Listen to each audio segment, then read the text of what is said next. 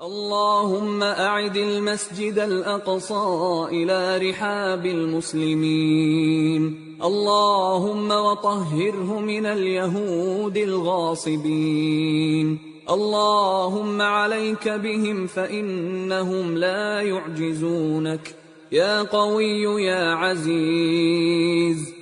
اللهم منزل الكتاب، مجري السحاب، هازم الأحزاب، سريع الحساب،